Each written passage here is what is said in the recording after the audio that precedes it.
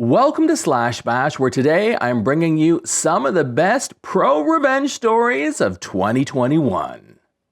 When a crappy boss fires his employee out of spite, it ends up costing a lot. Let's jump right in. This took place back in 2015. I had recently been let go from my previous gig. My dad had just been diagnosed with cancer, and due to my less than killer performance in channel partner sales, they needed me to start working weekends. Of course, this was a non-starter with my dad being sick, so we shook hands and went our separate ways. No hard feelings. But now I'm out of work. Crap. A month or two later, I was offered a great job with a large company that was a sizable bump in pay and a much better title, so of course I accepted. But I had to move across the country to take this job. It was worth it, and Dad seemed to be on the mend and the cancer seemed to be in remission, so I felt okay with moving away. At the time, I lived about 30 minutes away from my parents. The new company was a massive short-term lending company with over 1,000 locations across the US and was the leader in payday loans, title loans, etc. I didn't love the idea of working for one of these type companies, but I figured people make poor financial decisions all the time, and no one is forcing them to take the loan, and they likely understand what they are getting into. Important note.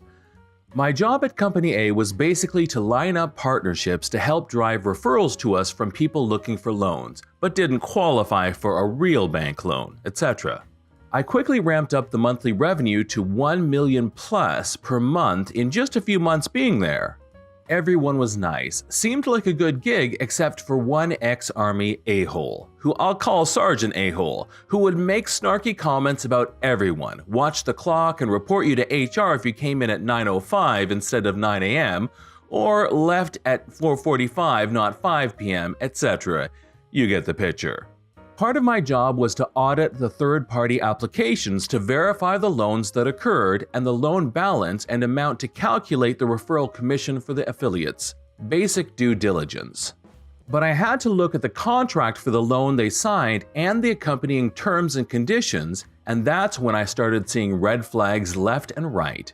People on welfare or social security taking loans against their car title with payment terms they would never be able to pay back. Old ladies taking out a personal loan against her social security payments to help pay for their grandkids' school books, etc. Just heartbreaking scenarios. Having a background in business finance and business law from college, I knew they were royally screwed the moment they signed that contract, and would eventually lose their only car through repossession, be forced to sign over social security checks to make due on the loan, as they unfortunately agreed to that in the contract. Just awful things. I started bringing this up to any exec or leader that would listen. They all said okay, but no changes happened. I think we all felt super crappy as a group about this company deep down, but it was our livelihood. Around this point, my gut kept telling me to document this and keep it for some reason. I didn't know what I would do with it at the time, I just felt this urge to do so, so I did. I stayed and started collecting every bit of info I could find on them coercing people, even illiterate people, into signing the loan. I saw this in person multiple times, doing store audits, basically using sleazy used car salesman tactics to close the loan. Company A intentionally not explaining that 28% interest is monthly, not annually. And you have to basically close the loan every month it's not paid in full and sign a new one every month with new interest, carry over from the previous balance plus new fees, several hundred per new loan, basically every month. Overall, just taking full advantage of desperate, financially illiterate people, fully knowing they couldn't ever pay off the loan and they would milk them for every dollar. Then repo their car and sell it at auction, or threaten to make the past loan payments known to their employer and threaten to garnish wages. Just horribly crappy, mean-spirited business practices. I hated it, and hated Company A and everyone in leadership that knew this was happening and basically said, "This is our business practices, it's legal." I knew full well it was not legal or ethical. I followed my gut instinct and had one of those mini handheld scanners and would print off every CFPB federal violation I came across. I'd scan it and save it, compile it at home on an SD card. Fast forward a few months, my birthday is coming up, and I had planned to take a week off to celebrate with my family back home, with my dad very sick at this point. I knew this was likely my last birthday with him. We had a blast, definitely top 5 family memories of all time. We lived it up and did everything we could think of together. The time comes to go back to work in the other state, and I didn't want to leave, but told my mom I will come back home in a heartbeat when you need me to. I get back from PTO the next day, Monday. Mom calls. Dad is in very bad shape. I run it by Awesome Boss. He says, don't talk, go home. Come back when you're ready. Awesome. Amazing guy with a huge heart. He will always have a special place in my heart for that response. He understood work was not important right now. For context, Sergeant A-Hole was passed over for Awesome Boss's job, and it was given to Awesome Boss instead, so from day one, Sergeant A-Hole had it out for all of us, and he wanted that gig and was determined to get it by any means necessary. Day 2, Tuesday, back home. Awesome Boss calls me, tells me he's been fired. Apparently, Sergeant A-Hole complained to the Chief Executive Officer and Chief Operations Officer about his lax approach to his team, letting me just leave without approval, etc. Now Sergeant A-Hole is my boss, and Awesome Boss lets me know that Sergeant A-Hole will probably fire me too once I get back, so wanted to give me a heads up with everything else I was dealing with. He just didn't want me to be blindsided. A number 1 guy. I stay through the funeral, then fly back to face the music. 10 minutes in, Sergeant A-Hole calls me into his office, tells me I violated company policy by taking unapproved time off and that we needed to talk to HR. I explained what happened, dad passed, funeral, mom is distraught, etc.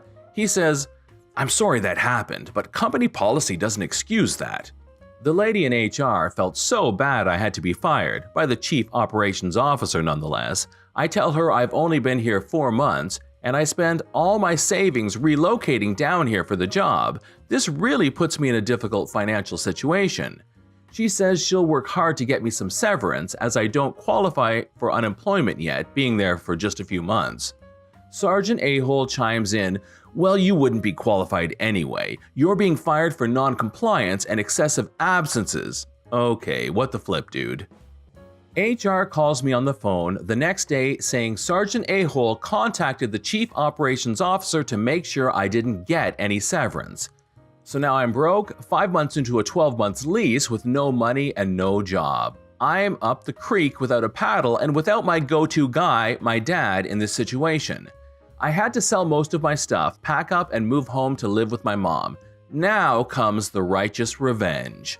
I tried to be civil, but the new boss and the exec team played dirty. The time of reckoning is now. I have my database of incriminating practices that violated CFPB guidelines. Call up Awesome Boss to get his feedback and advice, and he wants to help. Now we have a team.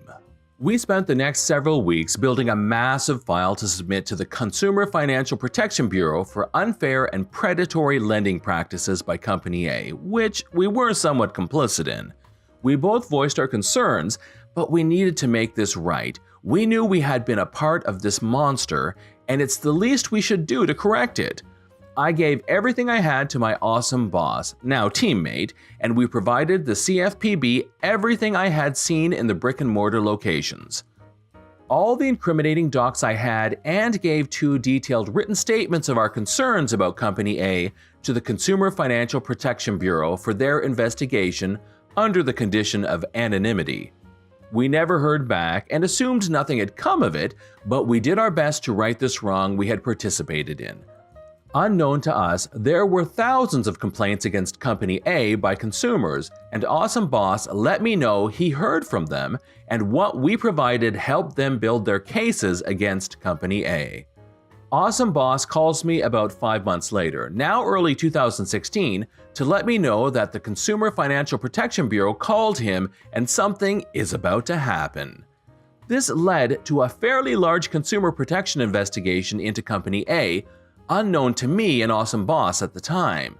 But another several months pass, I didn't hear or see anything, so I figured that they hired some top-shelf lawyers and made it go away. That is, until June of 2016. While drinking coffee and applying for new jobs at my mom's house one morning, I was watching CNBC and hear Company A's name come up.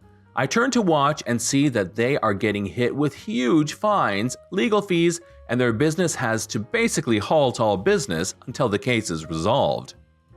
They ended up being levied almost $10 million in fines, over $20 million in legal fees, and lost out on about $50 million in revenue while the government pressed pause on their operation. All thanks to Sergeant A-Hole. Later, I found out from a previous coworker that Sergeant A-Hole was fired. He was thrown under the bus for not reporting employee complaints to the executive team. They knew full well. I told the chief operations officer multiple times what we were doing is probably illegal, but they made Sergeant A-Hole the sacrificial lamb in this case. To this day, there are still tons of pending class action lawsuits and regional government actions against them. Personally, it worked out well for me. Mom was so glad I was back home. She was having such a hard time without Dad around. They were married for 35 years. I took my downtime to learn a new career that pays much better, and I love my new career and post-Company A life. It felt good to watch that cesspool of a company get their comeuppance for everyone they lied to, stole from, and screwed over. As Grandma always said, some turds sink and some float to the top. In the end, they all get flushed. I was very happy to see this floating turd get flushed. Ephesians 5:11 says, "Have nothing to do with the fruitless deeds of darkness, but rather expose them." And expose them I did. When her husband passes away, the wife tries to pay off his credit card bill only to be told that her dead husband is the only one who can do it. Time to go shopping. Let's jump right in. A recent story reminded me of this act of malicious compliance by a family member. This family member's spouse passed away after they were involved in an accident that left them critically injured. They were in ICU for months and would face permanent disability upon returning home. They didn't want to leave their home. It was close to the best hospital in the region, and it was their forever home, so plans began to renovate it for accessibility. In addition to the renovations, a wheelchair van was going to be needed along with other medical equipment for home use. As she worked on all of this, it was clear that large expenditures were going to be needed, and it was going to take time to draw money out of long-term savings and retirement accounts. So she called the credit card companies to get their limit increased. Sadly, before the renovations were complete, her spouse passed away after almost 6 months of hospitalization and therapy. Now attention turned to final arrangements. The couple had always been very frugal and maintained nearly perfect credit. All cards were being paid on time, and despite carrying a balance on some cards from the construction, demolition had already started, so renovations had to continue, but at a slower pace. Money was now coming in from those long-term savings. The problem is, one major credit card company refused to work with her. She tried to access the account and was told, "Sorry, I have to speak to the account holder." She explained that her spouse had passed away and she was wanting to pay what was left on the card. She also explained that she was an account holder. Evil Bank stated that she was not on the account. She was a mere card holder and she had no rights to the account. The person on the phone explained that her husband opened the account without her and just gave her the card. She just didn't understand how credit cards worked. This was a lie. The couple had always been joint account holders on everything since they were first married for exactly this reason. They had done extensive estate planning and made sure that all their assets were protected in trusts should the worst occur. They knew their kids would be cared for and their partner would be able to access everything. Also, she ran the couple's business for over a decade, navigating a sea of regulations, insurance company billing, and payroll, finances, taxes. Needless to say, she did not enjoy being condescended to. Unfortunately, Evil Bank would not budge. They would not allow any access to the account for any reason. But for some reason, they didn't cancel the card after finding out the sole account holder had passed away. This back and forth went on for weeks, with multiple calls to the Evil Bank and trying to escalate the issue to supervisors to address the state of the account. In a final attempt to show Evil Bank that they were hurting themselves by this, So I'm unable to access any part of the account, even to make a payment. That's right. So the account is going to be closed? No, only the account holder can do that, even though the account holder is dead.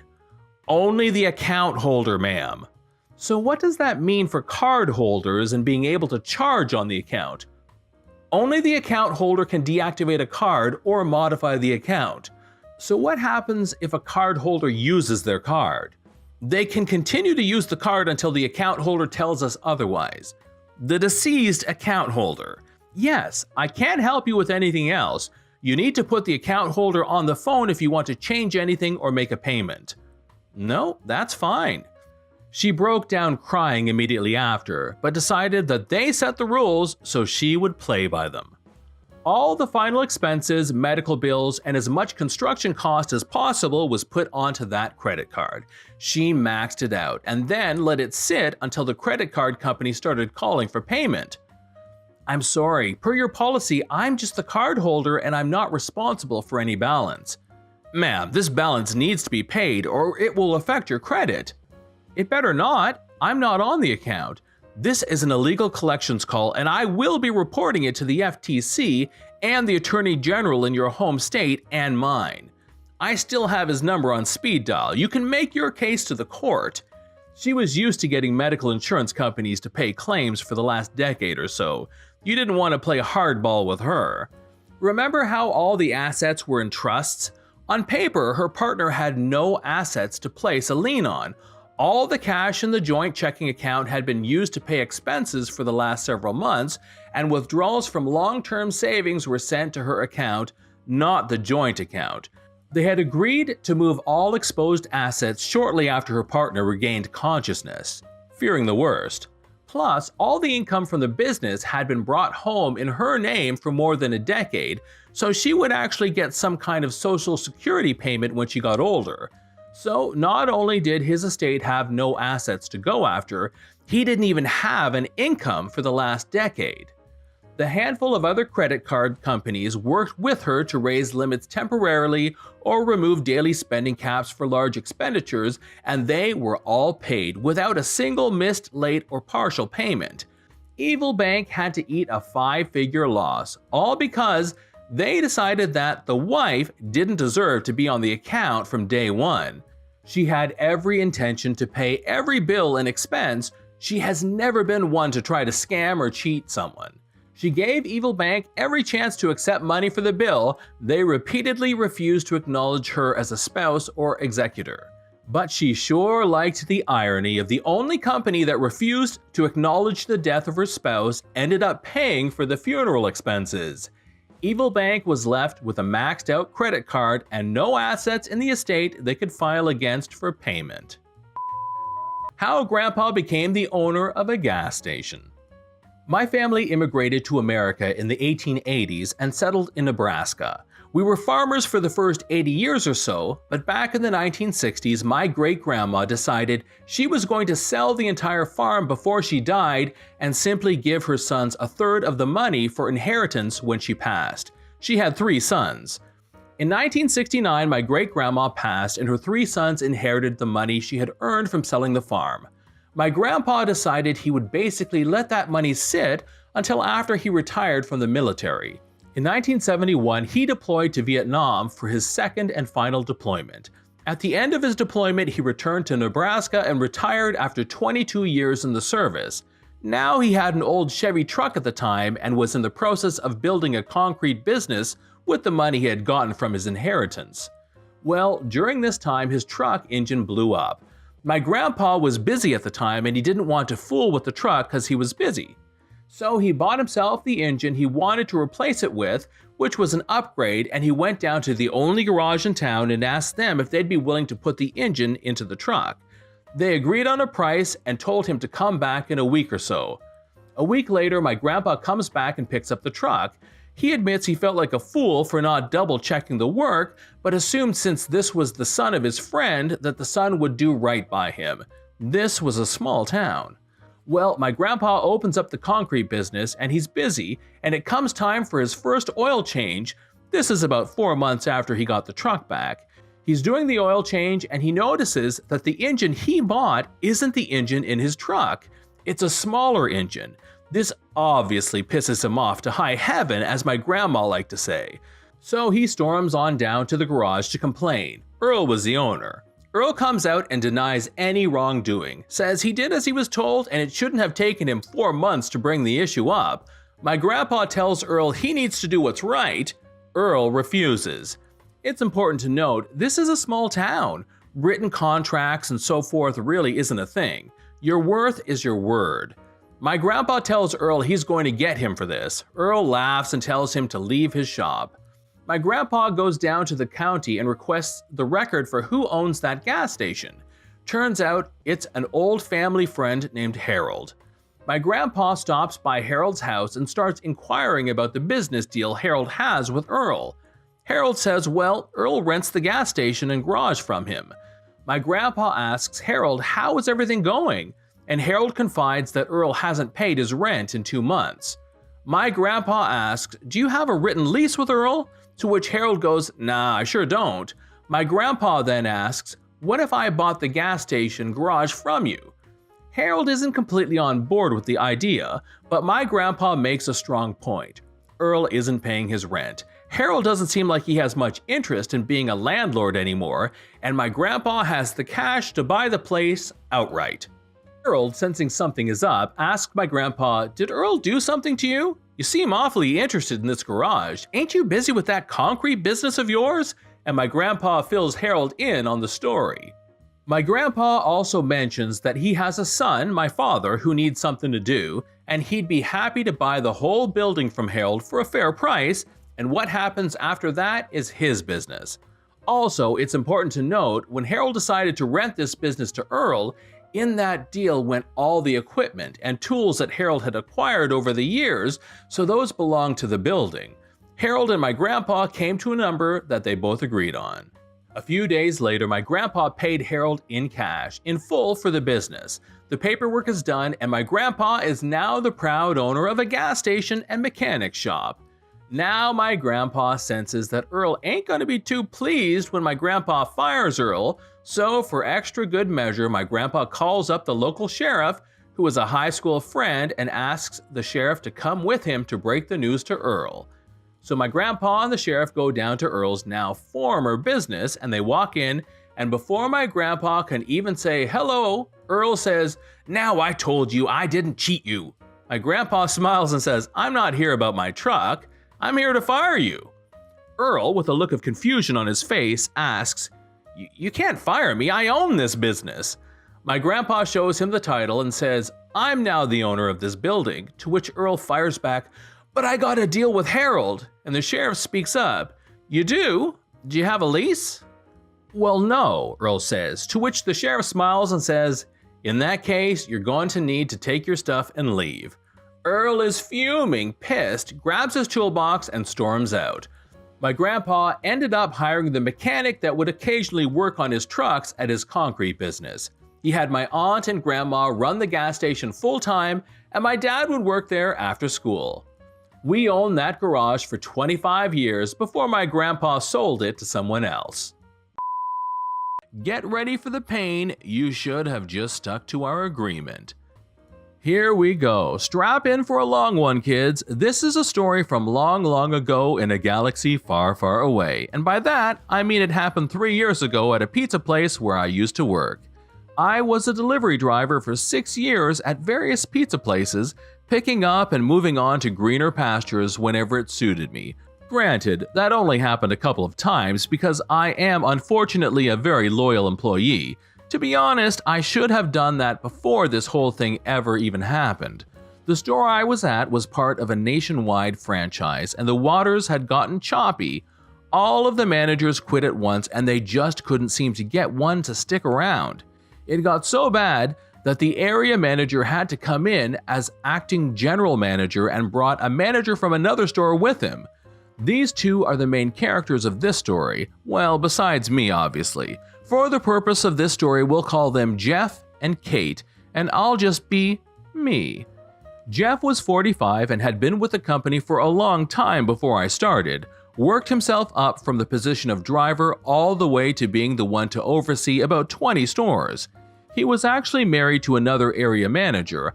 I got along okay with Jeff for the most part. On the other hand, Kate and I got on like a house on fire. Both being ladies of a similar age, she often confided things in me that would soon bite her in the butt, figuratively. I considered myself a decent employee as far as pizza slingers go, came to work on time, did all of the dishes, got along with everyone, and had the best delivery times. Because of this, I usually landed all the best shifts, including opening on Saturdays.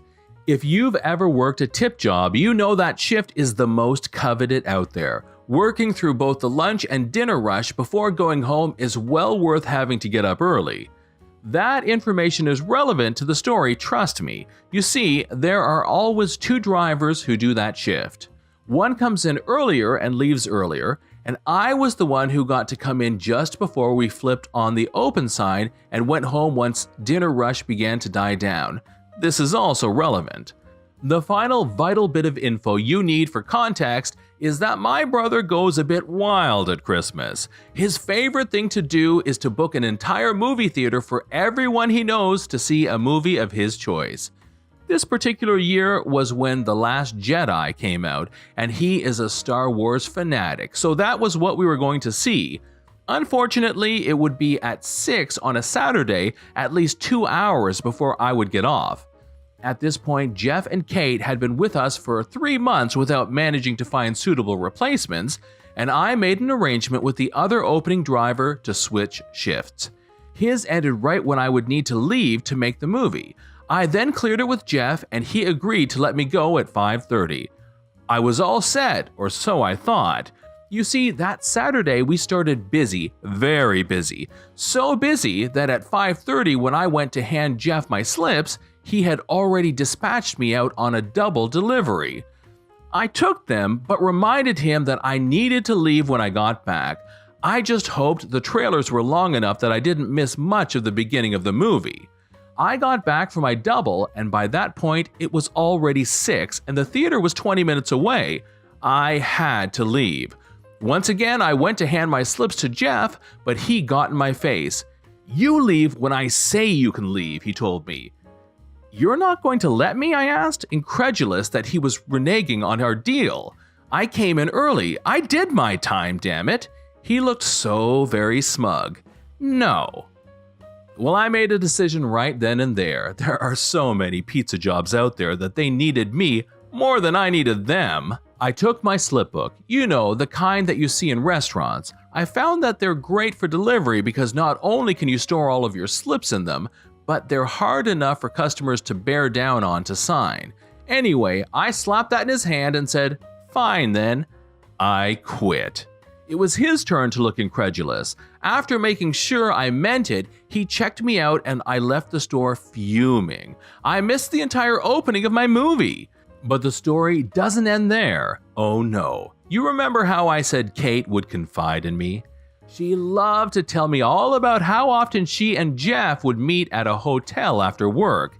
She even horrified me by telling me Jeff would turn off the cameras so that they could have sex in the back office when the store was empty, in a chair I had sat in multiple times. Kate was even so obliging to give insignificant details like the date and time this happened. So I put in an anonymous call to the franchise's HR and told them what to look for when it came to checking the tapes. I told them everything Kate had told me. But I still wasn't content with leaving it there, so I went to my local pizza place that just happened to be in Jeff's wife's area. Remember when I said she was also an area manager? And I got to gossiping with the workers there while they made my pizza. I was well aware it would make it back to her. Food employees can't keep such juicy gossip to themselves. Jeff got demoted to store manager, then transferred to the same store in his wife's area I went to so she could keep an eye on him. I guess it didn't work out, because last I heard Jeff's wife divorced him and he no longer worked for that franchise. And none of that would have happened if he had just let me leave on time. You shouldn't have stolen my meds, now you will regret it. So when I was 15, I was diagnosed with bipolar schizophrenia. Now, despite how TV shows and movies portray it, not all schizophrenics are serial killers. If you can keep your medication in balance, you can live a perfectly normal life. From the ages of 15 to 20, it was rather hard as we tried to find the right balance of medications for me. But it has been 11 years since I was first diagnosed, and it has been 6 years since I've had any really bad symptoms. There have been a few minor issues when my meds would go out of balance, but nothing too extreme. Anyway, this story happened 3 years ago. I had just moved into a new apartment with 2 new roommates. We will call them Zach and Rachel. Yes, those are their real names, 'cause flip them! Anyways, due to my illness, I take multiple medications. An antipsychotic, antidepressants, and an anti-anxiety medication to name just a few. These are all rather strong medications. So I moved in, and when I got settled in, I immediately started to notice some of my meds begin to go missing. I have my pills counted out and ready, so I know exactly how many I have. Immediately, I suspected my roommates as they were the only ones with access to my room. I also knew for a fact they took other medications to get high. They were pretty open about it. But I had no proof, and I didn't want to risk pissing them off as I had to live with them, so I looked past it hoping it was a one-time thing. Unfortunately, it wasn't. After a few days of finding pills missing, I lost it and confronted them. They flat out denied it, and of course, I had no proof. My first attempt to stop it was to get a lock for my room. Even with the lock, they still managed to get in. Here is where the revenge starts. Since I take so many very strong medications, I get constipated a lot. This is a common problem with medications, and there is a simple solution: laxatives. I have a very strong laxative that I take when I get constipated. They are tiny pinkish pills. If you don't know much about medications, you could easily mistake these pills for something else. One morning before heading to work, I took my antipsychotic pill bottles and switched out those pills for my little pink laxatives. And then I left. When I came home that evening, both of my roommates were locked in their washrooms. I asked Rachel what was wrong. She made up some BS food poisoning excuse. They spent the whole night in and out of the bathroom while I commiserated with them about how tough it is when you get food poisoning. My medication stopped disappearing after that night. Project Skunk, an engineer's tale. Okay, originally this was posted over an r/RBI, and they suggested a longer version would go well here, so here goes. I hope you enjoy it. Decades ago, I worked the worst crap job of my life as a software engineer, writing code for an OBD2 car code scanner at a completely dysfunctional business I'm not going to name, but I'll drop a hint and say all their products are all orange. An OBD2 scanner allows you or your mechanic to access vehicle data. Once connected to your car, it can show you essential information such as your vehicle's VIN number, your car's speed, fuel efficiency, and engine RPM. It was right after 9/11. I was laid off and jobs were nearly impossible to find, but I managed to land one there, and out of desperation I took the job. And there I met probably the best friend I ever made at work. I'll call him Agent S. Agent S was a coder's coder, a real laid-back guy and an all-around good egg.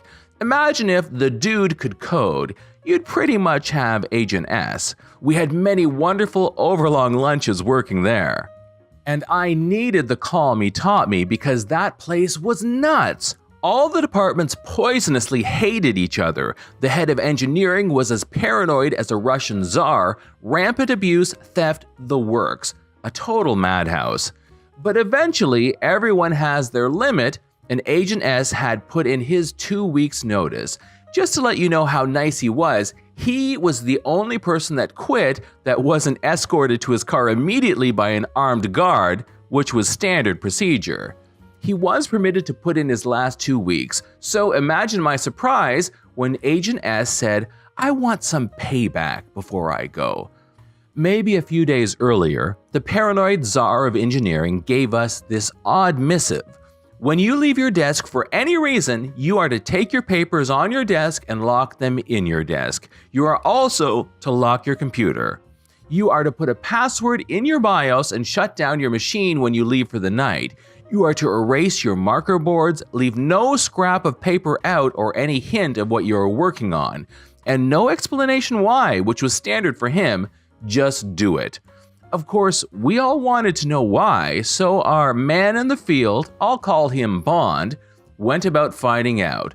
Bond was social and likable and had friends in every department in the increasingly balkanized organizational structure.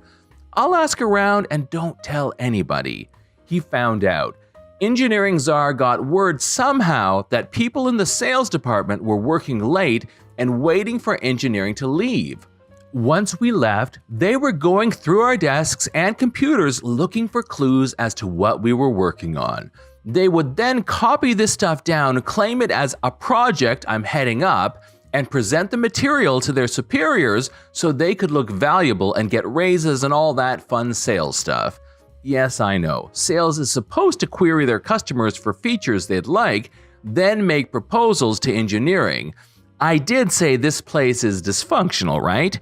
Engineers drove the product design since sales couldn't be bothered. And why should they, when they could just steal it instead, right?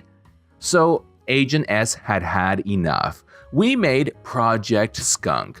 All projects in this place were named after an animal. We decided to leave a hint in the name that all was not as it should be. And we dreamed up the most amazing OBD2 scanner in the world. Here are some of the specs. Since everyone knows 32-bit processors are more expensive than 8-bit processors, we would save money by using a 2-bit processor. The EEPROMs, read-only memory, that held the automobile database were expensive as well, so to save space, we would use zip to compress the database 12 times and store it on a single 4K EEPROM. Predictive analysis: if you enter in the last few codes your car threw, it would extrapolate and tell you the next part on your car that was going to break. I thought of this one, I'm especially proud of it, and so on. We spent a happy afternoon drawing up box diagrams with flux capacitors and n-dimensional grommets and yo-yo-dyne compensators, lots of specs and analyses and other assorted bits of utter nonsense. We scattered them all over Agent S's desk, then went home. The very next day, our man in the field, Bond, gives us the news. Project Skunk is a hit. The entire building is buzzing over it. Salespeople are tripping over each other, taking credit. It took about a week before the stolen goods were finally passed upstream to the six-figure guys before someone with half a clue noticed that everything in the project was absolute flipping impossible.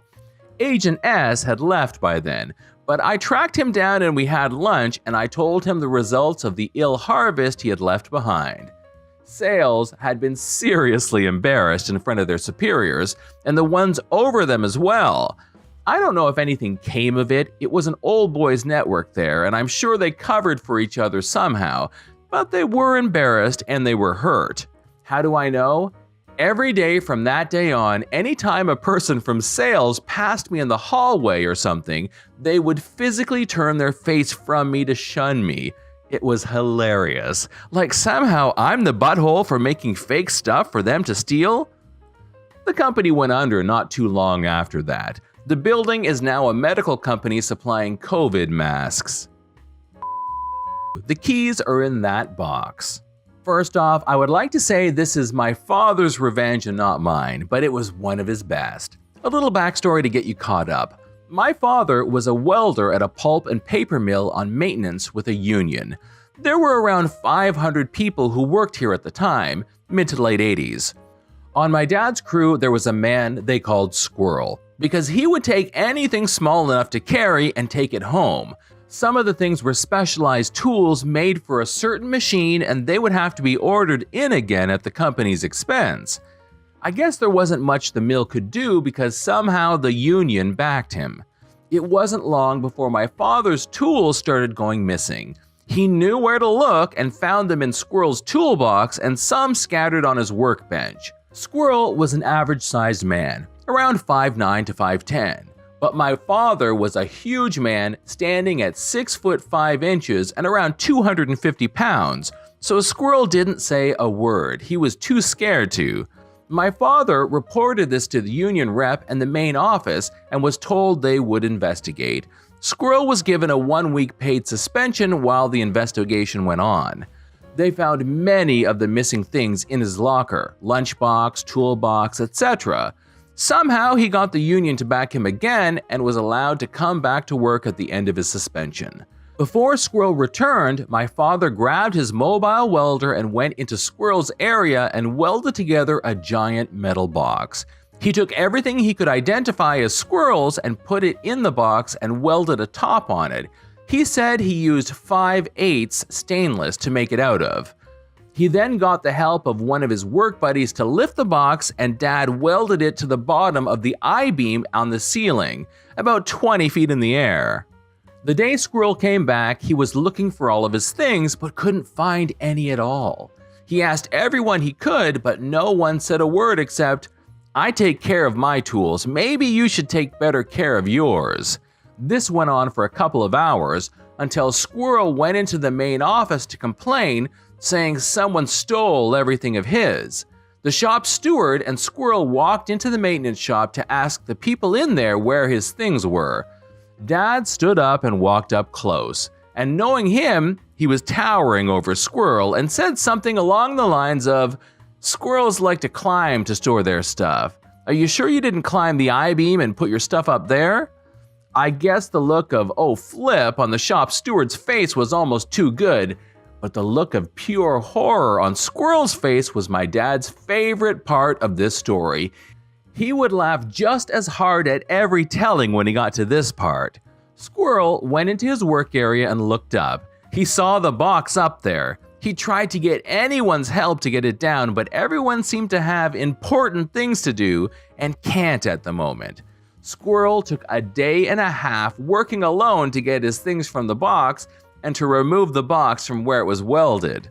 My father said not a thing ever went missing again, and Squirrel worked there another 10 years or more until the mill was shut down. I can say I believe him, because one night at his place I got drunk and was thinking about going home. My father went to the basement and made a little box and welded my keys in it. I got them back the next day. I miss my father and his stories. I hope this qualifies as pro. My employer stole my stuff, so I made him pay for it. I hope this won't backfire, but I believe I did not break any law, so here it goes. Sorry for the long post. Some background first. Since I was a kid, I was fascinated in computers and electronics. During school, I had no social life. I just stayed at home and was learning stuff. I was going to a generic high school that should prepare you for university without any specialization. But there were a few people with the same interests I had, and our IT teacher was really supportive of us. When I finished high school, I already had a job as a programmer and had a few years of experience in the field. I also was experienced with electronics and even worked on a few contracts for the factory in town involving creating machines for them. Other engineers came up with the idea of how the machine would work. My job was to put in the motors, sensor, wire it up, and write programs for the PLC to control it. I moved to a big city and started university, so I lost my programming job in the city. I was going looking for a part-time job while living off my parents' support. Things changed when my friend got an escape game voucher for 5 people for his birthday and took me with him. The escape game had cool magic stuff, like you placed objects in a shelf and all the pictures in the room would fall off the walls, etc. While we were there to solve puzzles, I was mostly interested in these magic things, making theories about how they made them and thinking how I would do it. When the game was over, I saw for a moment their technical room, and at this point, I was like, I want to work here. I sent them my CV, and as I was overqualified for this job, I was accepted after the first interview. I was young, naive, and stupid, so they just used me. My hourly rate after tax was approximately $8.50. To give a comparison, a cashier at a big store here makes roughly $6.50 plus benefits. The first few months were awesome. I was paid for doing my hobby and the owner loved me, as his previous tech guy, referred to as tech moron from now on, was, compared to me, just dumb. I'm not bragging, I swear.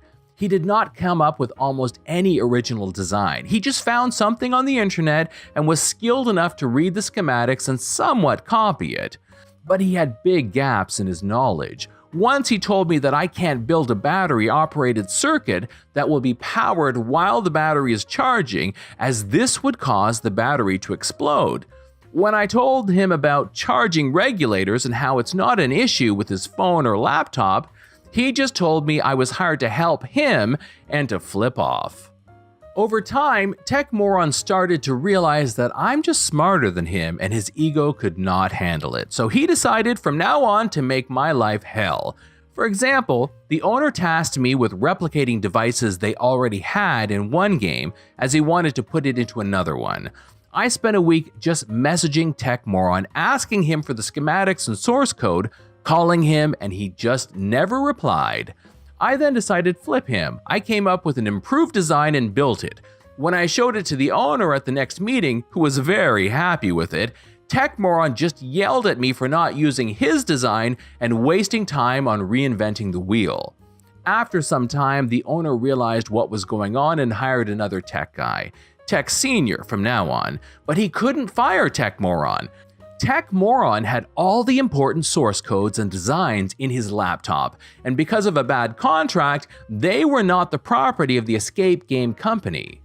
Little did we know that in the future he would never hand over most of the designs and codes, and we would end up rewriting them all from scratch. The company was also franchising. We just took a game we already had running, made an exact copy, and installed it in another location. We then provided support while they were paying us licensing fees, usually a small percentage of their profits. The owner was a typical manager who thought 9 women could deliver a baby in a month, and it showed as the company grew. Eventually, Tech Senior was made my boss as he had much more experience in electronics, while I was more oriented on the programming and the on-site support for game masters if something broke. We didn't give a flip about Tech Moron, as at this point he just showed up once a month, did almost no work, criticized all the things we did and had working, and then went home. Things were going really well, so we hired a few electronic students to help us. The building department, which was making props like special wooden tables that we could hide our magic into, also grew. Things were looking really good until one meeting about a new franchise client. The owner told us what he needed. We, the tech guys, talked to the props guys, went over all the requirements and told him we needed 10 weeks for it.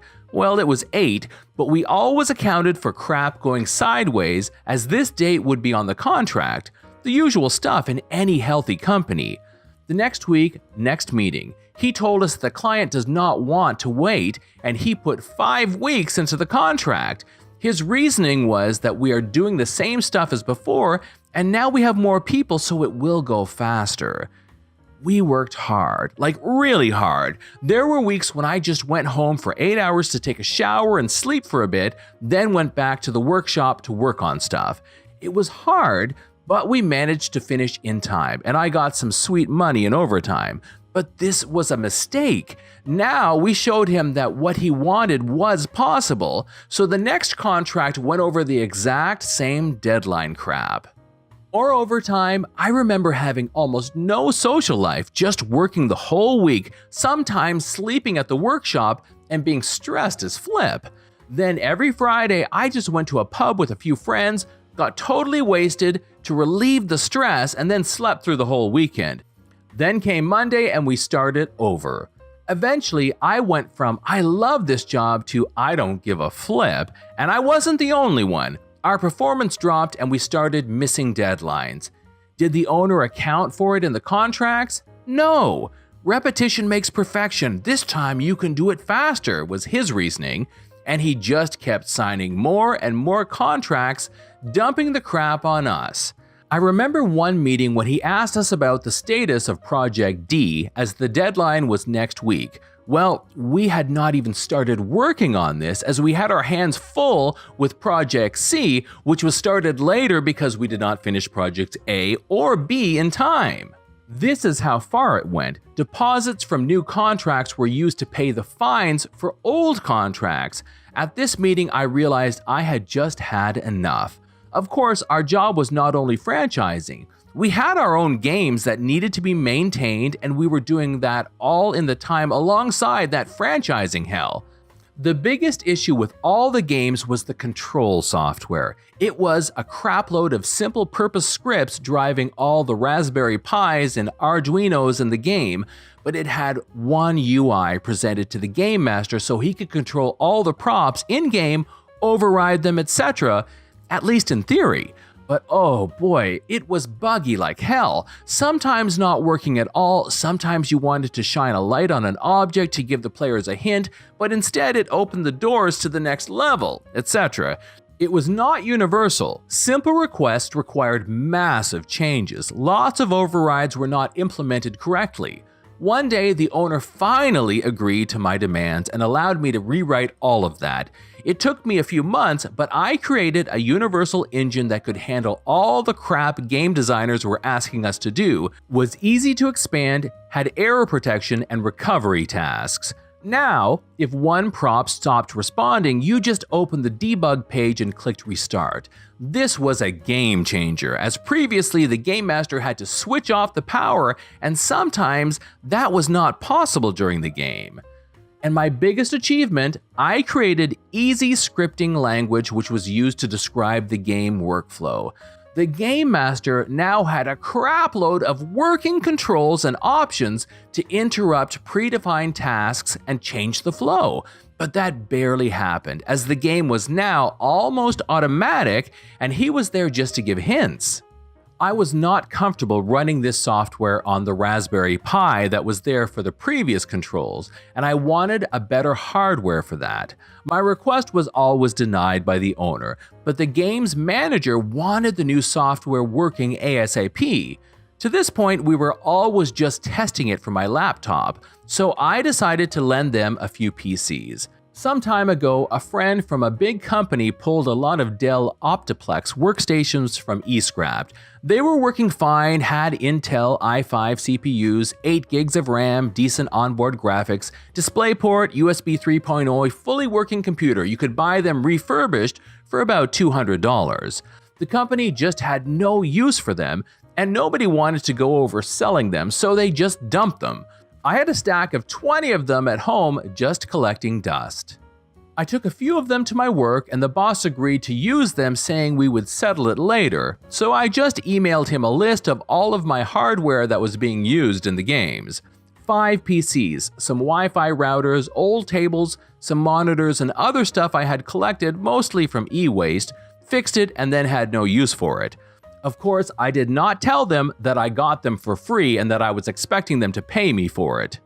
Fast forward, I was fed up with the franchising deadlines and got a few job offers that made me realize my real value and that I was an abused young kid in his 20s working for almost nothing. But I was waiting. By the next month, my software was deployed into all the remaining games. Tech Moron had been out of the picture for a few months now. Tech Senior had some programming knowledge and was able to use my scripting language, but had very little real understanding about the inside of the complex engine I wrote, which had now been developed for over a year. I had results, I was important, and I had demands. I scheduled a meeting with the owner where I wanted to present the list of all the problems we had and what I wanted to do about them. It all came down to one single argument. I'm not happy here, but you need me, so you will fix these issues and give me a raise or I'm leaving. And I stood my ground. A recruiter from a big IT company I wanted to work for messaged me on LinkedIn a few weeks prior. I already went on the interview, so I had an escape plan prepared. The future looked bright and I was ready to make it happen. The day of the meeting came up. I was in a good mood until there was a nasty accident in the workshop. I don't want to post any details as this would identify me in a second, but this is important. I, being the youngest one there, not even responsible for the mess, was tasked with cleaning it up. I had an argument with the workshop manager about me being a programmer and not a radioactive waste cleaning lady, but in the end, I just broke and started cleaning. Halfway through it, almost vomiting from the smell, I just snapped. None of this would happen in a decent IT company. I went to my office, packed my stuff, and just sat there, just playing games, waiting for the owner. When he showed up, I told him about all the issues. He argued at some, but when we got to the end, I just told him that today was the last straw and that I'm leaving right now. I was employed as an independent contractor so they could save some money on taxes, and my contract had nothing about my time there. I just told him that I would send him a download link of all of the files that I had, as the contract stated that they were owned by the company. He begged me to stay for one more month as they were behind on many deadlines. I just said I would think about it and left. On my way home, I called the recruiter and told him I accepted the job and could start the next month. The next day, I made a big archive of about 150 gigabytes of files, backups, etc. that I had, uploaded it to my server, and emailed the link to the owner and tech senior. I then spent the next 2 weeks in bed watching Netflix and ignoring calls. For the last week, I showed up to help clear up some things, hand over my projects, asked about the computers and other stuff I lent them. He told me they would pay for them, and then I left. I was lucky as hell. The next month, Corona happened, and a month later, they were forced to close all their games by the government, making their income go almost to zero overnight. This, I believe, was the reason they never paid me for my stuff, even though I repeatedly asked until I got tired of it. Time went by until a few weeks ago when I saw the tech senior was looking for a new job. I messaged him and we talked. He told me that they survived by doing private events for companies until they could open again a month ago. All the other tech guys except him were let go, but he managed, until he got into an argument with the owner. He did not tell me the details. The owner wanted something either impossible or as expensive as Flip. When he presented a cheap alternative, the owner just snapped and fired him on the spot. He tried to reason with him about not firing him until he could teach his successor and find a new job in the meantime, but he was fired on the spot. A week later, I got a call from the owner. He had rehired the younger tech guys he fired during COVID and wanted me to come and answer their questions, mostly about the engine I wrote. I agreed, but as we were planning the meeting, I suspected he just wanted me to do it for free. When I brought up my hourly rate, he just told me we would solve that later, hung up, and never called again. The day of the meeting came, I waited in my car outside the workshop to see if he would call me to ask where I was, but he did not. A few days later, I parked next to the warehouse where all the games were held with a Yagi antenna in my car. Surprise, surprise, the Wi-Fi routers I lent them were still there, with the password unchanged. I connected to the Wi-Fi and poked around the network. All the PCs that I lent them to run the software on were still there, still running the Linux server I installed there, and looking at the logs, they were still used to control the games. I wrote a script that runs on boot, rolls a dice, and then deleted the whole drive. I was connected to my Wi-Fi router, making changes to my computer, formatting my drives. Then I drove away. A few days ago, I got a call. Apparently, when the Monday shift came in, the control system for one of the games was not responding. The browser was showing a timeout. They decided to reset power for the whole rack where all the PCs were, multiple times, hoping it would start up, because turning it off and on always works. When they decided to stop trying, they found that all 8 games were dead. The new old tech guys figured out that the drives probably died, but they had no knowledge of my system, so they could not set it up. When I asked about Tech Senior, the owner made some excuse about him quitting and not wanting to work for them anymore. I told him I was happy to help. In the end, this used to be my dream job, but I now work for a big company. I don't have much time and it's expensive. I can come over to set it up, but my hourly rate now is $150. He talked me down to $100, which was still about twice as much as I make now. When I arrived, I checked the PCs, pulled out the email I sent him a year ago, and told him that these serial numbers match these on the labels, and told him I'm happy to find my lost stuff. I picked up the first PC and took it to my car. We had an argument. I told him that I'm either taking all that stuff back, or he is paying me something over $2,400. He wanted to call the police, but I had proof this equipment was mine. He eventually agreed and I got to work. All my software was still in the Bitbucket, even with the few modifications Tech Senior managed to make, alongside with all the config files and scripts with the game workflow that Tech Senior was periodically modifying and backing up, so it was a pretty easy job. I got it all working and then stayed a few more hours explaining some stuff to the tech guys. I printed the invoice and I left, tired but satisfied. Yesterday, a nice sum of about $3,600 landed in my bank account. From what they told me, all 8 games were dead for 3 days. Each game costs between $80 and $120, takes 1 hour to finish, and half an hour is needed for preparation. So there are 12 slots every day, averaging $9,600 income per day when fully booked. This is, of course, just the income. Profit after paying all the rent, wages, electricity, consumables used in game, etc. is much lower, but I don't know how much. Before Corona, about 80% of slots were booked during the week and 100% during the weekends.